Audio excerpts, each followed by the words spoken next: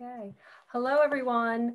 Welcome to another Winsor & Newton watercolor class. I'm really happy to have everyone joining us today. And we're going to have some spring inspiration for those of you that are in some cold areas.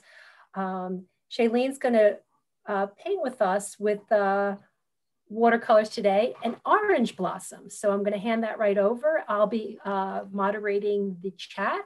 And please join and have fun and enjoy. All right. Hello, everybody. I am Shailene. I'm a botanical watercolor painter from New Mexico. And so as Jeannie says, we're painting an orange blossom today. So I'll hold up the reference for you. This is the painting we're going to kind of work from. And I also have a sketch that we'll be using. You can sketch along with me in real time. Or if you feel kind of intimidated to sketch, you can pull up the sketch that you got either in your email or in the actual Michael's class page. There's a link to the sketch. What you can do is either hold it up on your computer, pull it up on your computer and then hold watercolor paper over it, sketch it in a dark room, or you can print it out, hold it to a window, and then sketch, sketch on the watercolor paper over that. Hopefully that makes sense. And just for fun, I went to Whole Foods a couple days ago and I got these really cute little, oranges. I'm not really going to paint from life, but I just wanted to have them here with me because they're cute. So if we want to switch to overhead, I'll talk supplies and we can get to it. So make sure this is all straight. Okay. I'm using today size 3 and 4 round brushes. Can you see that? These are both Cotman Winsor Newton round brushes, okay? So they're pretty similar in size and I'm going to use them kind of interchangeably. I like to use one brush for dropping paint and then another brush for smoothing out color. Colors I have here are, let's see, what am I using today? I have sap green here. And I'm using tube paints today. So I squeeze just a little bit onto my palette and they're mostly dried. I have cadmium yellow, burnt sienna over here, and a little bit of phthalo blue. We're going to use very little of the phthalo blue today, but any blue you have is going to work just fine. If you have the Winsor Newton Pocket Palette Set, which is one we use pretty often, all of these colors are in this kit here. So besides that, I'm using Winsor & Newton cold press watercolor paper that I trimmed this down to 5 by 5 inches. If you're working on a larger paper, that's totally fine. Just use whatever you have. But I like to have the square composition because that's how I originally painted it, was on kind of that square size. I got water here, paper towel, and I believe that's it. So I'm grabbing just a regular click pencil and eraser. And so I'm going to walk you through my sketching process real quickly here. And we'll start by, and just so you see here, oranges are not perfectly round. In fact, these ones are kind of more of an oval. When you turn them, they become more of a circle. So that's kind of the perspective, right, that we're drawing. So it is going to be a little bit more of a circle, but don't worry if your circle drawing skills are not perfect. Neither are mine.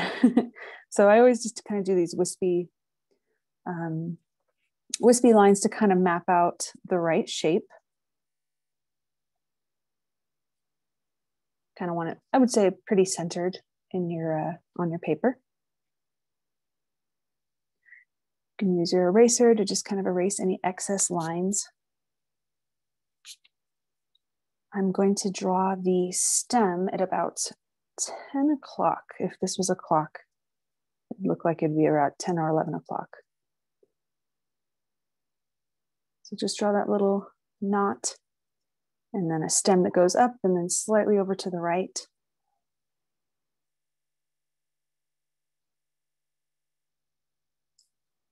All right, so we got 3 leaves up here. Let me make sure you can see my sketch okay. So this first leaf is kind of turning. You'll notice that it kind of starts off And then it kind of does a slight curl at the ends there. So you just kind of draw that subtle S shape and then a line back there to connect to the back of it. Easier than it looks, hopefully. And then we're going to draw one leaf here. And this leaf, one detail that I do think is going to give this painting a lot of character is make sure your leaf overlaps your orange just a little bit. I want there to be some perspective and interest here. And I think that that leaf really adds to that interest.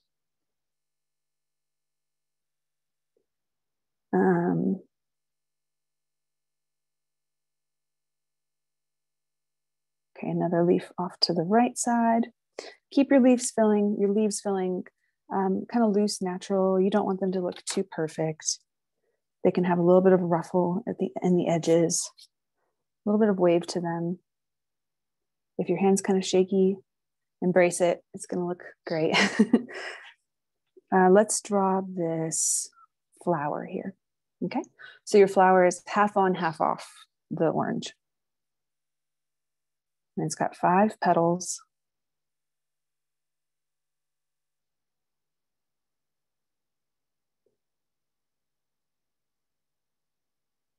So it's an orange blossom, blooming orange blossom here. We have these little stamen kind of petals that are probably maybe reaching forward. We have 2 buds back here. So go ahead and draw like a Y shape.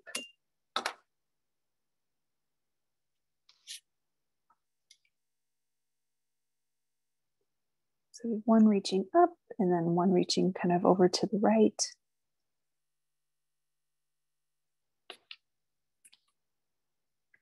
I'll hold that up to you so far. Let's see.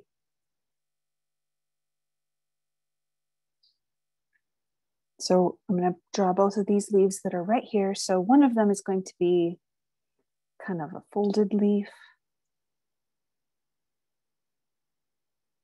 And then we have another larger leaf that's overlapping that one.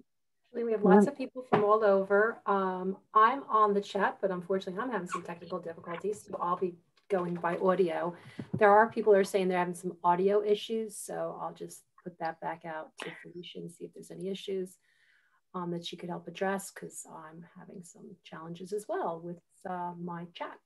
So the stencil's coming along nicely. I love the orange for inspiration. So everything looks good so far. As far as the colors, you were using, someone asked about other colors that they could use in lieu of cad yellow hue. Like I said, we're very flexible. Colleen, if you want to just give some suggestions, if they don't have a particular color as we're going along.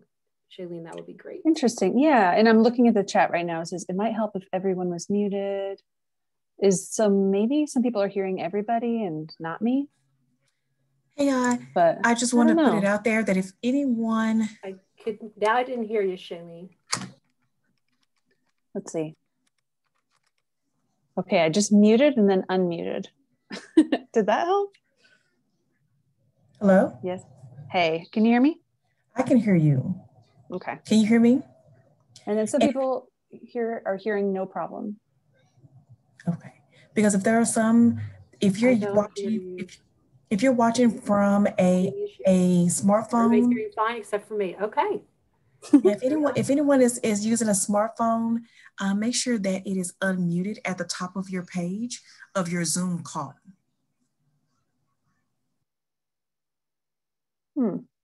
Zoom, right? There's always something. Somebody asked if they don't have phthalo blue, what could they use as an alternative? I would just use Winsor blue or ultramarine blue, or testing my blue paint knowledge. Payne's gray blue. I don't know. You can use anything. Like I said, we're not going to use a lot of blue, so it's going to be very minimal. Trust me, you can use whatever blue you have. Okay, so I'm moving on here. I'm working on this bottom leaf. Home stretch. It's a pretty quick little sketch today. Hopefully not too challenging. Hopefully. Hey, Shailene, quick question for you about the cad yellow hue, you know, in terms of some of the other yellows that you could sub in? Yeah, absolutely. If you have lemon yellow, Indian yellow, a Riolan yellow, Winsor yellow, I think that's color. Honestly, any yellow is going to work just fine. You could use a cooler tone. So the cadmium yellow that I'm using is very warm. You could use a lemon yellow. Yellow ochre is another option, but I think yellow ochre might make it look a little bit too muddy. It wouldn't look bad necessarily, but it's just going to be very desaturated. So I would try and use like kind of like a bright, bold yellow if you have that. And let me hold this up for you at this point. One other little detail I'm going to do is I'm just going to add a few little veins in some of these leaves. They don't have to be symmetrical, just kind of little lines coming off to the right and left of each of those center veins. And I'm going to hold this up for you in just a moment here.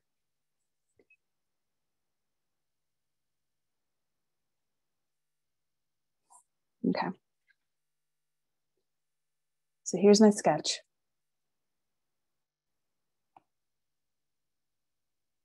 All right.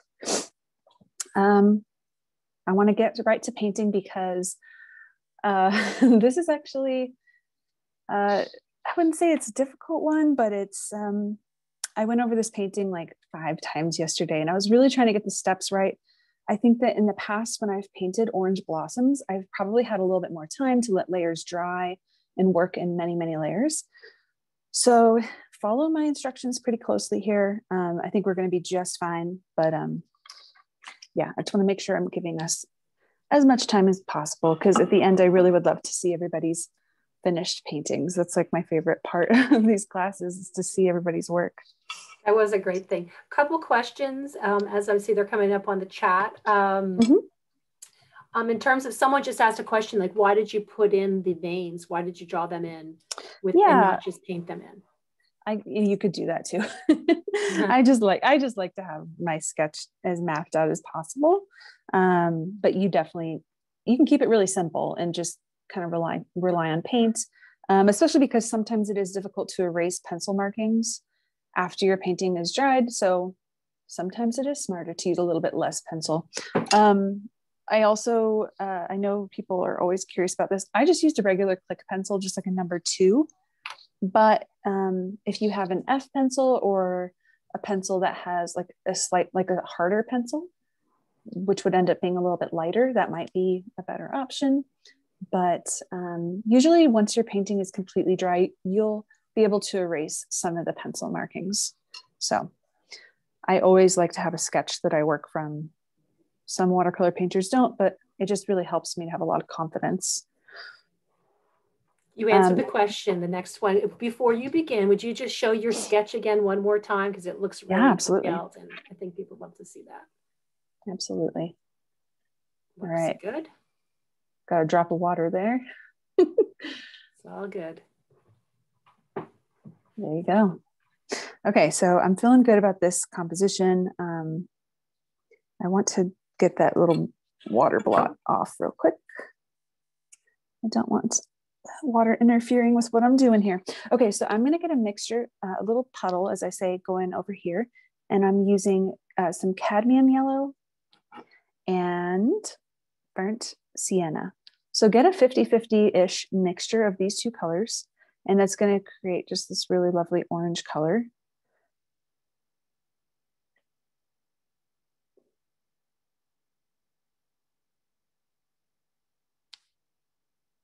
And I want this to be a pretty thick mixture. So a lot of times my first layer of paint, whenever we work in layers, we usually start very light and then build color, get darker and darker. This one, I actually do want it to be a little bit on the thicker side. So I want your paint to be flowing a little bit slowly. It's not flowing as quickly as water, okay? So good amount of pigment here, and I'm just working this, getting that little recipe dialed in. Okay, and then I'm going to cover the entire, the face of this orange, okay? I'm just trying to do a really even smooth layer of color here.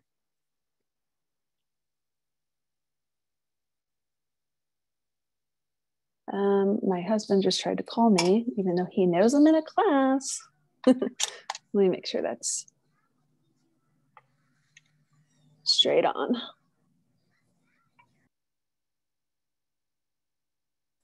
You're back. Okay, cool. All good.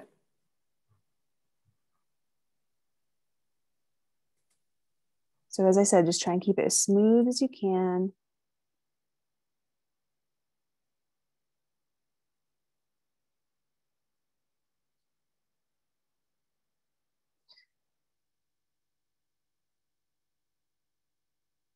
And I'm using my size 4 round brush here. You'll find that using a slightly larger brush, whatever is the larger brush that you have on hand, you can cover ground a little more quickly using a bigger brush. The smaller one is better for details. The 4 is nice though, because I'm able to really work around these little, petals really nicely and still have that nice point.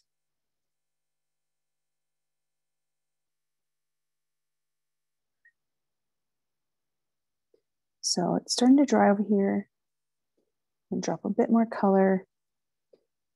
My goal here is just to have it look as smooth as possible. I don't want there to be a lot of variegation. I just want it to be a really smooth, even layer of this yellowish orange color.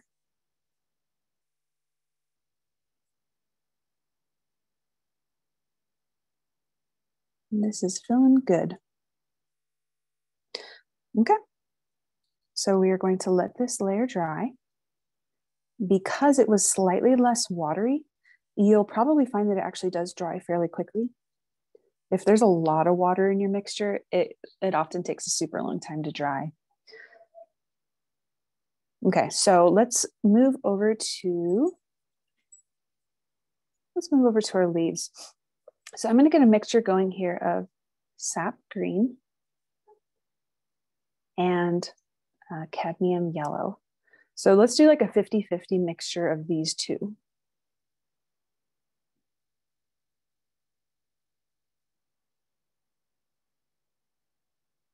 Usually takes me a second to really activate that color and get the amount ready that I need. So just bring water to that color, activate it, bring it over to the yellow, mix them together, get a little puddle going. And now I'm just going to jump. Sorry, I'm just going to jump in real quick because a couple people are asking some different questions. Everything that you're seeing today is being recorded. It'll be available at michaels.com/classes, which I'll put in the chat. Shalene's Instagram and excuse me, yes, your website are listed, and she has all the supplies there, but that's where you would get the supply list. But typically for this class, we're using cad yellow hue, burnt sienna, sap green. And there's a touch of blue, any blue that you have in your palette, I guess will do for sure. She's working on a 5x5 square of watercolor paper. And she's using Cotman watercolor brushes 3s and 4s. And I'll put all that in the chat for you. But if you are joining us late, please realize that this is being recorded, available in 24 to 48 hours, and just follow along. And I just remembered to move my sketch out of the way and actually put this this painting from earlier here.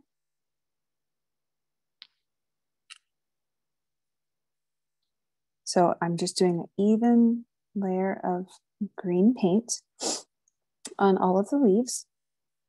I'm finding that my orange itself is dried super quickly. If yours is still taking a while to dry, just don't work right next to it. Maybe work on the leaves that are just kind of floating away from the orange, because we definitely don't want green to infiltrate the orange or vice versa. One of the other things I do notice from now that you put the final sketch in is that you are going to have different intonations of the orange. So someone had said that they were concerned that their perimeter of their orange is like darker. but you could see that it is actually going to become darker. Yes, yes. Because, you know, the shadows. And so we'll continue to give you some tips along the way. Brush strokes is another thing that people are asking about in terms of, you know, how do you manage the brush strokes, you know, when it dries? Can you give any suggestions of how do I manage the brush strokes when it dries? So maybe the question here is if you're getting like brush stroke lines that you don't like, but it's already dried. That's correct. Yeah, so usually watercolor just kind of sits on the surface. So you should be able to, if you bring a damp brush over, just very gently bring that brush over and kind of gently touch that color and like kind of lift it up, kind of scrub it around. You should be able to move it around fairly easily. Right. But yeah, watercolor brushes are great for laying down paint and manipulating it after it's already starting to dry. Right. So you're reactivating it, because that's one of the virtues of using watercolor medium, because it's very forgiving, you know, after the fact. So thank you for that tip. I think it is. Some people think it's not. Some people think it's like one of the harder mediums, but to me, I'm just like, oh no, you can keep working it. And well, you're a natural, and you can see based on what we saw last week, and I'm hopeful we could finish and do the same this week. Once you have your creations, your artwork completed, we'd love for you to share it with us at #MakeItWithMichaels, also #MakeArtWithMichaels, and then #MichaelsClasses. Obviously, Winsor Newton is sponsoring the class. We're using Cotman Watercolor and brushes, Winsor Paper, and then obviously Shailene has a wonderful Instagram, and also you have a website which has a lot of great information that I encourage you to check out. Yeah, and if you go to shailenelouise.com/subscribe, I will keep you in the loop about specific classes that I'm teaching, just so you never miss a future class. All right, so what I'm doing here is I'm just making sure all the stems are green. The stems that are holding these little buds over here. And that's just, again, that sap green with a tiny bit of cadmium yellow. So now I'm going to let the green dry, which, as I mentioned, is actually happening super quickly. So that's awesome. So now is the part where I'm going to get a little bit of the phthalo blue involved, or whatever blue, whatever blue you have. So get a little mixture of this blue going over here. And then I want you to also grab just a little bit of burnt sienna. And let's mix those two together and see what color we get. So I'm seeing kind of a very desaturated blue, maybe almost a gray blue. Adding just a little bit more, making it even warmer with all that burnt sienna.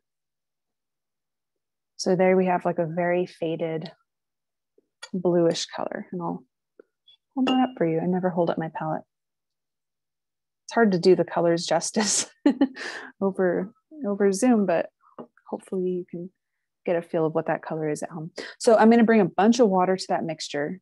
I don't want these flowers to be blue, and I don't really want them to be gray. As you can see over here, it's just like a tint. And so go ahead and just cover all of your flowers, all of the petals and all of the buds. Very light color, okay? So very watery. Don't want to go too dark too quickly here. That's the #1 mistake I make, or any watercolor artist makes painting white, is you don't want to go too dark too quickly. You want to gradually build that color because you don't want it to be gray. Now we'll hold this up for you in just 1 second so you can get a feel of how that looks, just the first layer. See how that's just a faint difference from the color of the watercolor paper, just slightly different. I love how you have some definition, because there was a couple of questions about someone wanted a smoother look, but you don't have a smooth look, because obviously it's your, it's intentional, but also in nature, you're going to have different shadows and you can see there's going to be more detail. So Definitely. Oh yeah, definitely. I mean, I feel like this maybe, I can't tell if this looks smooth or, or not, but I think, yeah, to make something look like it's in nature, we do want the value changes. Like we want some super light tones and we want really dark tones. And that kind of gives the impression that maybe the sun is shining and part of this leaf is kind of blocked and part of it is, you know, the sun is shining straight through that leaf. You want that variegation. You want that contrast of dark and lights. Okay. And the same goes for the orange itself, but we'll talk more about that in a minute. So, okay. So my next step here, hopefully you're tracking along with me here. But my next step is I'm going to come back to the, the orange, which the orange is the tricky part here. So I'm going to try my best here. So we're going to get another mixture of cadmium yellow and burnt sienna. And let's mix this another, I would say 50-50 mixture. Very thick, okay? So lots and lots of pigment if you can. And I'll just use the brush I'm already holding. I'll use the size 3 brush. Like I mentioned, these two brushes, because they're so similar in size, like a 3 and a 4, they're kind of interchangeable. If I was using a 2 and a 6, I'd be very intentional.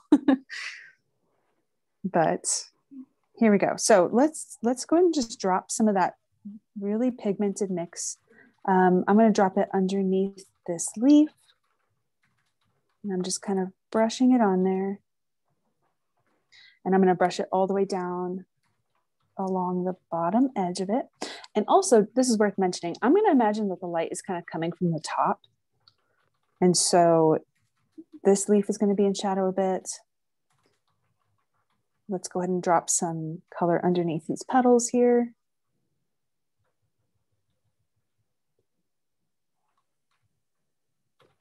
Keep on going around the outer edge.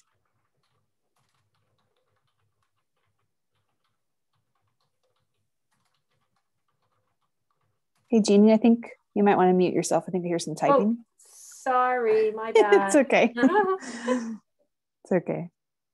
I was just responding to somebody. Yeah, people are really being helpful. Apologies for that, my bad. About the colors when people forget things, like for instance, the color of the blossom.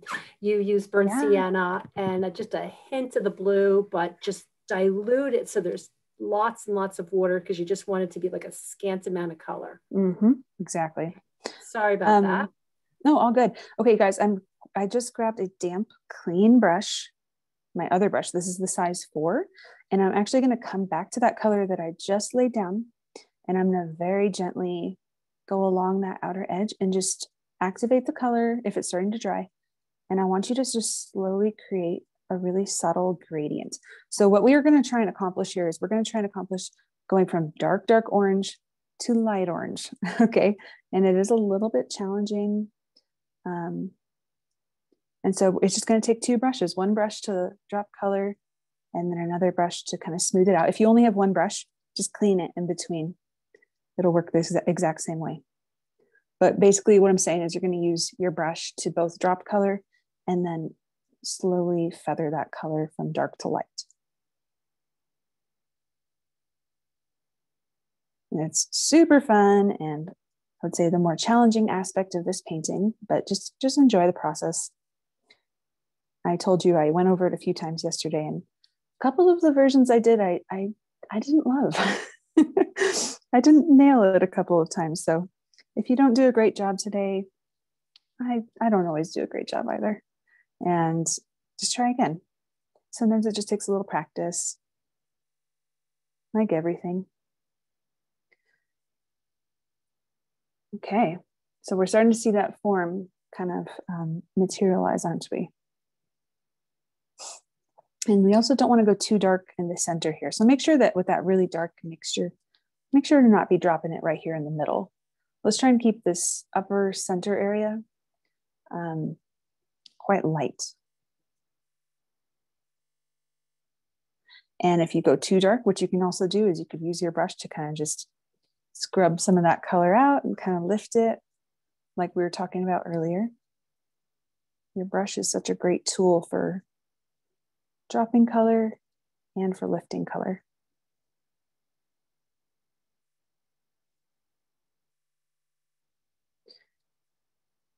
And you know what?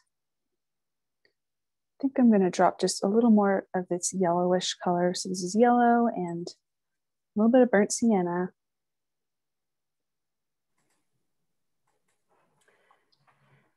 Hi, Shailene. I'm going to just jump back in again. And the blossoms, everyone seems to be really enamored with the blossoms. And we kind of went over it. So I still see it on your palette. It was a combination of burnt sienna and a touch of the blue that created a gray that was drastically watered down. Yeah.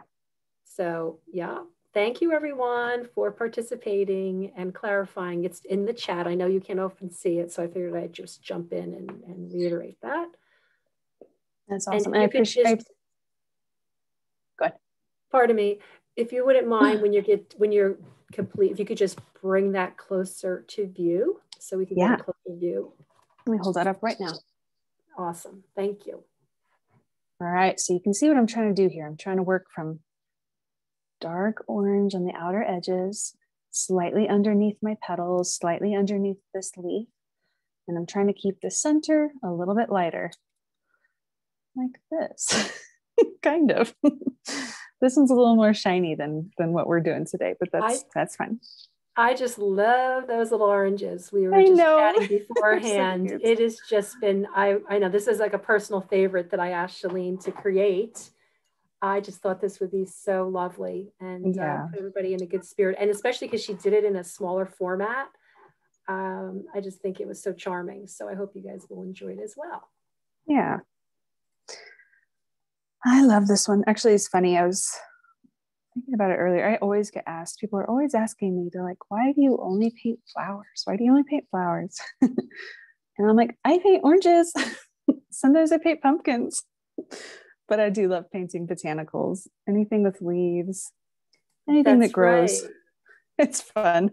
Well, I know we're branching out. I know when we have feedback, we get the surveys after the class. There's often not a time for you to mention things, but if you'd like, put things there. But Shailene and I have lots of conversations about all the different things beyond flowers, like herbs is another thing that has a botanical feel because there's lots of leaves there. And she's got some lovely sketches that we will continue to bring to you on these Tuesday afternoons. But we also tried out a new time slot on Friday noon this past week, and we had a really great participation. So you will see us again in several different time slots. So michaels.com/classes have the class listings, and I will post them in the chat as well. And if you stick around here to the end, I will show you, I have a couple of paintings from my sketchbook that I'll show you that are going to be future classes. Okay, so I just got a green mixture here going. This is sap green, and I just touched the blue and I touched burnt sienna. If you want to just use sap green though, that's great. Just use sap green. But if you want to get a little fancy, mix a little bit of blue and a little bit of sap green in with this green, okay? My dogs might be about to start losing it because Dan just got home. All right, so I'm going to drop some dark green on the back side of this leaf right here. And I actually do need to switch brushes here because I need to use the smallest brush I have on hand. So I'm using my size 3. And so this is a really fun process here. I'm actually going to pull this down a little more. Look at that. Ken Burns zoom. Okay, so I'm going to just very carefully, I'm gonna avoid the center vein of this leaf, okay? If you can. This takes a steady hand, a relaxed hand, a relaxed arm, I would say, to carefully avoid things like that.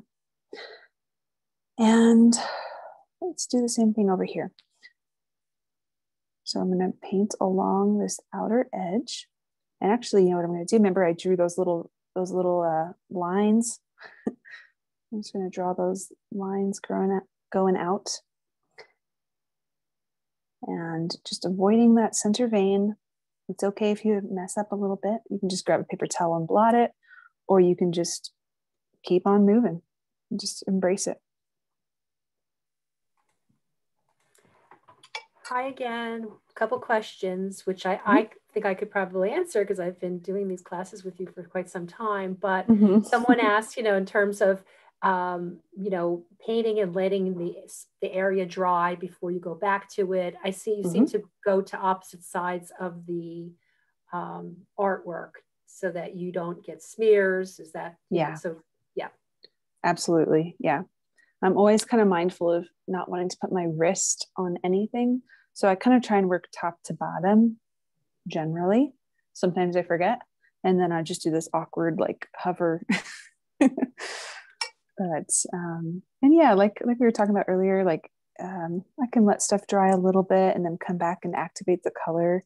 Sometimes sometimes it's harder to do that than other times, but we're working pretty quickly today. So. And I think once you get done with the veins, that's going to be really a lovely accent if you could show that up to closer to the yes.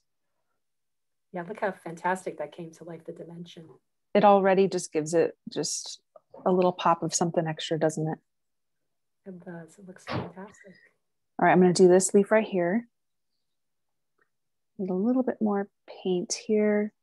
And as I mentioned, this is sap green, and I just touched it with a little bit of blue and a little bit of burnt sienna. You could touch yours to a little bit of anything. You could do a little bit of cadmium red, a little bit of Winsor blue, but I just wanted to desaturate the color just a teensy bit, just because I love mixing. It's my favorite thing ever. So I'm doing the same technique here. So drop some super dark color on the right side or left side, whatever. If you're right-handed, you might want to do the right side first. Or the left side first, I mean, which I didn't do. And then just try and keep it steady. Small brush strokes is one way to carefully avoid that line. You maybe don't want to just do a solid straight line, just kind of move slowly.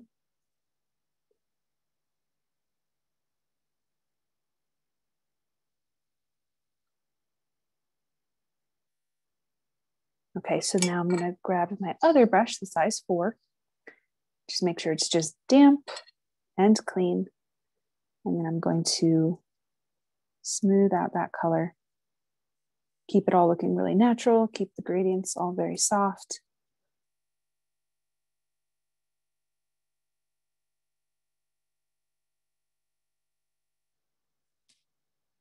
All right.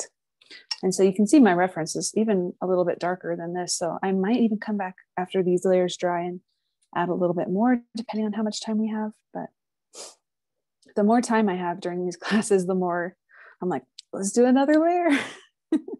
Just make it darker. Okay, so this leaf back here kind of has the impression that it's kind of folded, like it's kind of like a taco shape. So drop some really dark color in there. One trick that I have not utilized at all today is you can turn your paper. You can turn it, and that will help you avoid the wet spots.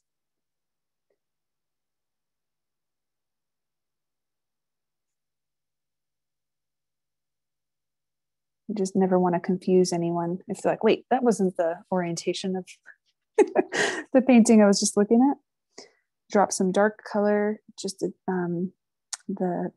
top of these leaves, because they're kind of going to be in shadow just a little bit because the orange is sitting right on top of them.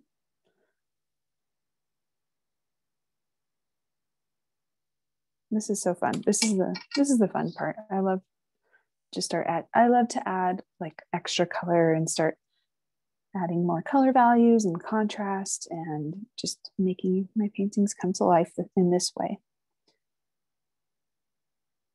You can do so much with even just one color. Just sap green, you can get such a spectrum of color value.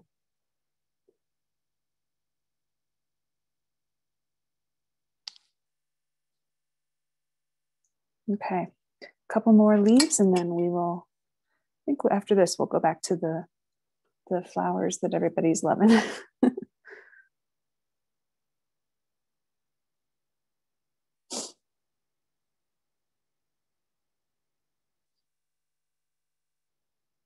And actually, I think this might be the first time that I've taught a painting that is actually based on one of the paintings that's available to buy on my website. So, hey, if you don't like the way your painting turns out, you could go to my website and just buy one and say you painted it. I'm kidding. Don't do that. Don't do that, please.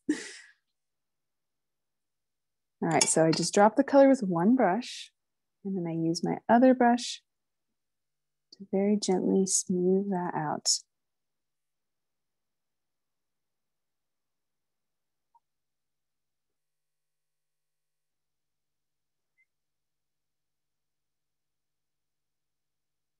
Something that also helps me, a little trick that I feel like I don't mention very often, but I should. Sometimes if you just squint at your painting while you're working, it really helps you to just kind of almost take a step back and look at it as a whole and just kind of look at it without getting too fixated on any one detail. So a lot of oil painters, they paint, standing up with an easel, and a lot of times you'll see them step back and step back, forward and step back and then forward. But with watercolor paintings, you're like 10 inches away from the painting the whole time. So one little trick that is helpful for me to just take it in as a whole is to just squint at it, which I find kind of makes it blurrier, darker. I don't know. Somebody else might be able to explain why that works, but it does. Very helpful. All right, so my last leaf here.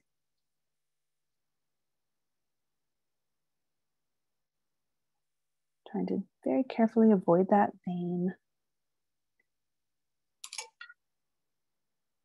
Switching between two brushes.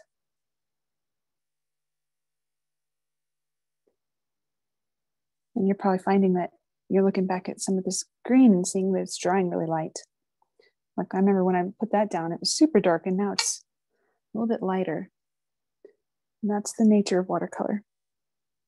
It always dries a little bit lighter than you expect. So that's why I always work in quite a few layers. One last detail I'm going to do, I'm using my size 3 round brush, just the smaller one, because this is a more, this requires a little more finesse here. I'm just going to accentuate some of these stems, very thin, so use your smaller brush. Keep your arm relaxed.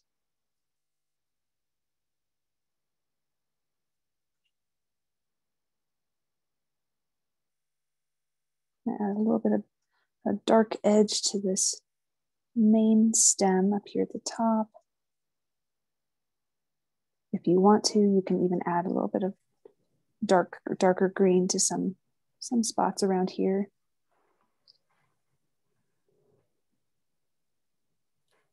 Shailene, a couple things that I wanted to interject about the class. They're being recorded, as we said, available at michaels.com/classes. The hashtags are right over there by the orange in the top left. If you want to bring that down, you can bring it down just a tad. Oh, okay. Yeah. It got cut off. Huh? There you go. And then also follow Shailene at her Instagram account. So she posts all the information about these classes there. So I just wanted everybody to know that they're available. I did check the upcoming classes, which she's going to give you a sneak peek for at the end of this one, have not yet been posted. So I sent a kind reminder to our friends at Michaels to put that back up. And yeah, we'll be doing many more with Shailene in the upcoming months. So please join us. And which one are we doing next? Are we doing the daffodils class, or are we doing a tulip class? Yes, we're doing daffodils first, and then we're going to do tulips. Nice. I can't wait. The tulip class I have coming up is going to be a really great class for learning to mix colors, to get colors you don't have, which we haven't really necessarily done that yet. So it's going to be great. One of the things I wanted to remark on is that someone asked about colors and they just bought their first set, and we were talking about the duration and the life of watercolor, because you use such a scant amount and it's so saturated and pigmented, and it's got light fastness, and they really are very quality products that you're using, so they last a long time and you get wonderful results. But you have a tendency to use a very similar palette.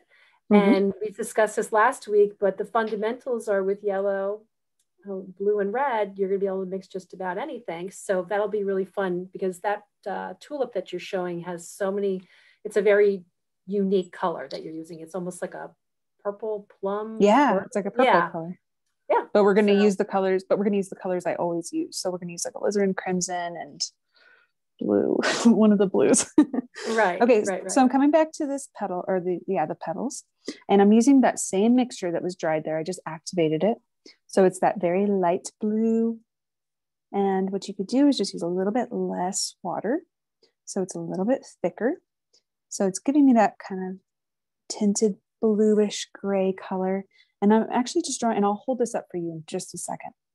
And I'm going to just draw some very, very faint lines, reaching up, starting at the top, coming down. And then as soon as I draw these lines, I'm dropping color with one brush, remember that. And then I use my other brush that is clean to smooth those lines just a bit.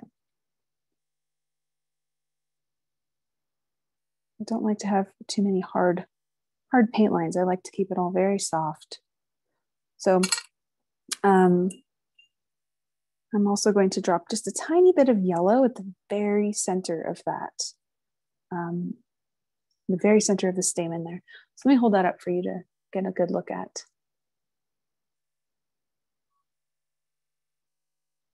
All right.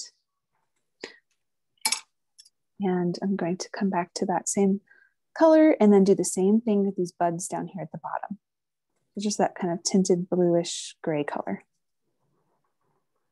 That looks great when you brought it up close, because you can really see that definition. Yeah, it makes it a lot easier to see.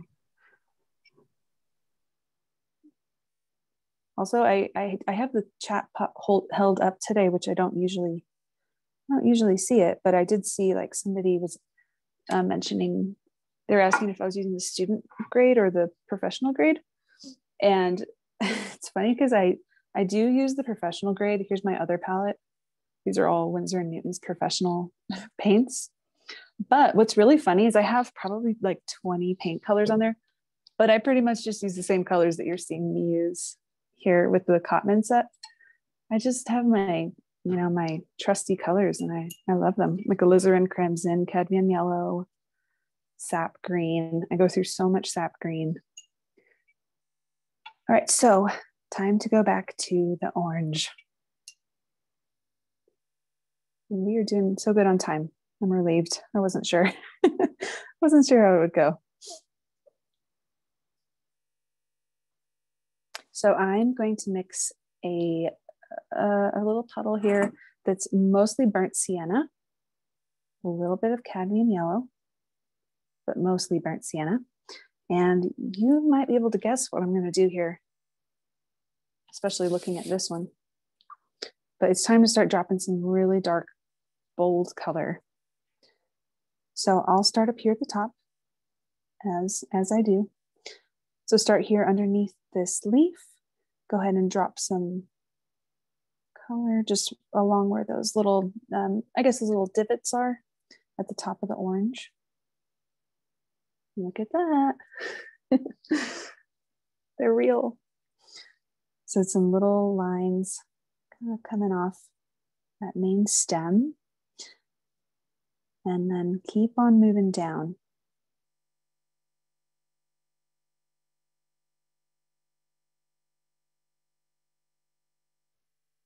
If you need a little bit more color, you'll find that color just starts to kind of lose its oomph. So just grab a little bit more. This mixture is not super watery. It's a pretty bold pigment mix, so it's going to move quite slowly. Let's see here. I'm doing my little squint trick. So I'm just kind of squinting at it and deciding where I should drop more color. This deeper saturated color that you created was from burnt sienna and the cad yellow hue. But you can see just having, this is like a first because we have the actual reference in the image with us, and you can see how it's just, you're right, the shadows, and that's what you're creating. Yes. With the darker palette now. So it looks really fantastic. It's coming to life. So I'm using my size 3 brush here. Sorry, but yeah, 3. So I'm using my size 3 brush, and this process, I'm very, very delicate here. I'm just working it very carefully. I don't want to lift too much color out. I'm just really trying to work that gradient in a very natural way. And I think this is the more challenging part of this painting. So just keep that in mind. If you're finding this challenging, I think it's a challenge too. So same boat. So someone's asking, Shailene, if you are adding more water to your brush or wiping it off because you're going out of camera. So I am. I do that a lot, huh? To be honest, I do both. Sometimes I'm just blotting it a little bit because what happens is as I'm lifting some of this color, I'm getting a lot of pigment in my bristles. And I don't want to necessarily be doing that. I just kind of want to keep this brush clean. So I'm just kind of lifting it. Sometimes it gets too dry where it's not doing me any good. So I'll go blot it in water or dip it in water and then blot it.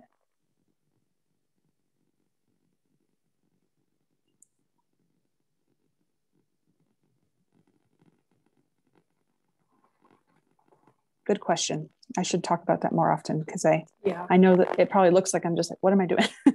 Those are the secret steps to get the definition. Yeah, it's a very intuitive process. It's like sometimes I'm not even thinking about the fact that I'm doing that, but I just know that there's too much paint in my bristles, so it's like, ooh, blot that. So that's why you'll always see like little lines here. That's what's happening on the paper towel. So I'm smoothing out these little divots. I guess that's the best word for those. Here at the top, I'm going to drop a tiny bit more color here, just at the base of that stem.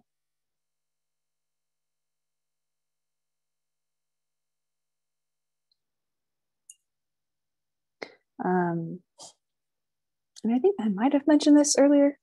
I think I did. But yeah, when your painting is totally dry, then come back and try and erase some of those pencil markings, because you will see that, especially around the flowers, you can really see my pencil markings, which is maybe desirable, maybe not. So wait till your painting is totally dry, not even cool to the touch. You can feel it with the back of your hand. If it feels cool at all, it's still drying, just give it a little more time. Even if it's like seems dry, even if there's no sheen, it might still be drying. So I'm dropping a little bit more burnt sienna on the very outer edge.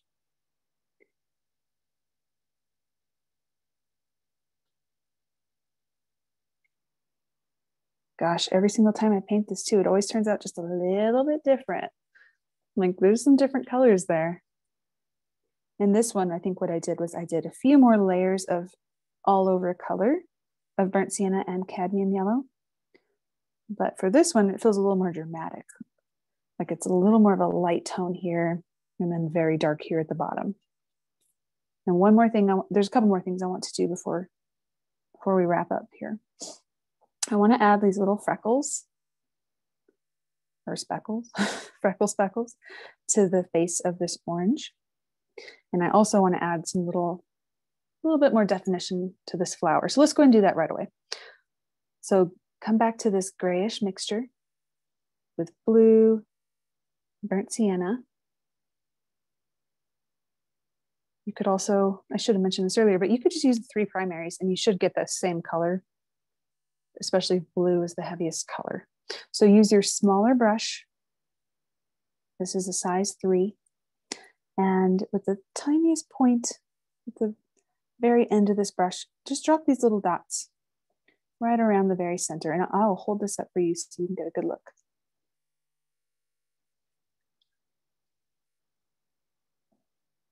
Okay. And those are going to dry a little lighter than what I just laid down, but okay, so cleaning my brush off, and I'm going to come back to my orange mixture here. So get a light mixture, kind of a watery mixture of cadmium yellow and burnt sienna, mostly cadmium yellow. And then let's go to the face of this orange and just drop some little dots just all over it. And like I said, this is a little bit heavier on the yellow side, and it's a very watery mixture.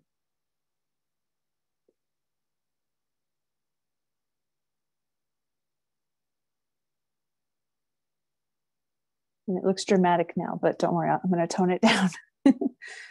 I was going to say, there is another step after this. You're like, what's she doing? There's a process. Mm-hmm. Okay. So you can see that it's already starting to dry lighter than what I laid down. And up there at the top, that those little dots that I put around the flower, they're already so light. Okay, so as it's starting to dry, just grab your damp, clean brush, and let's just start to just dab at that, those little dots. And just lighten it just a little bit, kind of smooth it all out, keep it kind of soft and natural looking.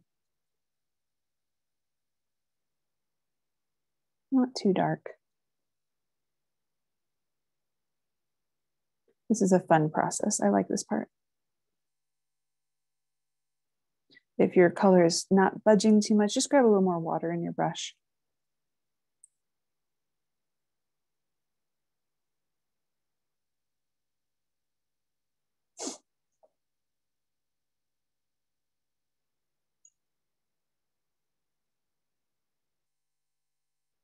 I'm actually going to grab just a tiny bit of cadmium yellow, just to help kind of smooth that color. I think I maybe dropped a little bit too dark of a color. So just dropping cadmium yellow. More cad yellow, that's right. Because I was just going to say, even, you know, Shailene shared some options that she created. And like you said, everyone's just ever so slightly different depending on the temperature, the lighting, you know, your touch, you know, what, you know. Exactly. So they're all unique. So as we said earlier, watercolor is a wonderful medium to work with because you can go back and activate it after it's dried and you don't like it.